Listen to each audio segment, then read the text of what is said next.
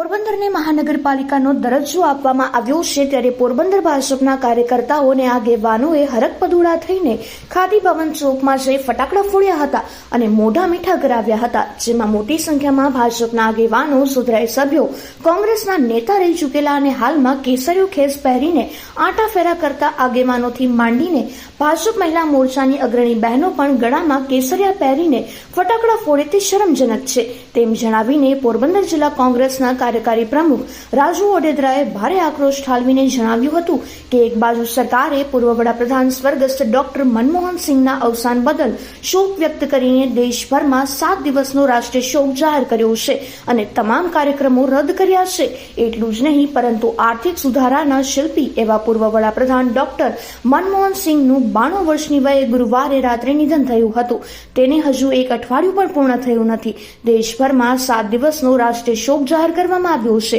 અને સરકારી કચેરીઓમાં પણ રાષ્ટ્રધ્વજ અડધી કાઠીએ ફરકી રહ્યો છે। ત્યારે પૂર્વ વડાપ્રધાન મનમોહન સિંહના મોતનો મલાજો પણ પોરબંદર ભાજપના નેતાઓએ જાળવ્યો નથી અને ફટાકડા ફોડીને ખુશી વ્યક્ત કરે છે। આ બાબત તદ્દન અયોગ્ય અને ગેરવ્યાજબી છે તેમ જણાવીને જિલ્લા કોંગ્રેસના પ્રમુખ રાજુ ઓડેદરાએ જણાવ્યું હતું કે તારીખ 1/1/2025 સુધી 7 દિવસનો રાષ્ટ્રીય શોક જાહેર કરવામાં આવ્યો હતો, પરંતુ શોક પૂરો થાય તે પહેલા ભાજપના નેતાઓને ફટાકડા ફોડવાનો શોખ જાગ્યો હોય તેમ તેઓ હસતા મોઢે ફોટા પડાવીને ફટાકડા ફોડે તે મનમોહન સિંહનું અપમાન કર્યું છે।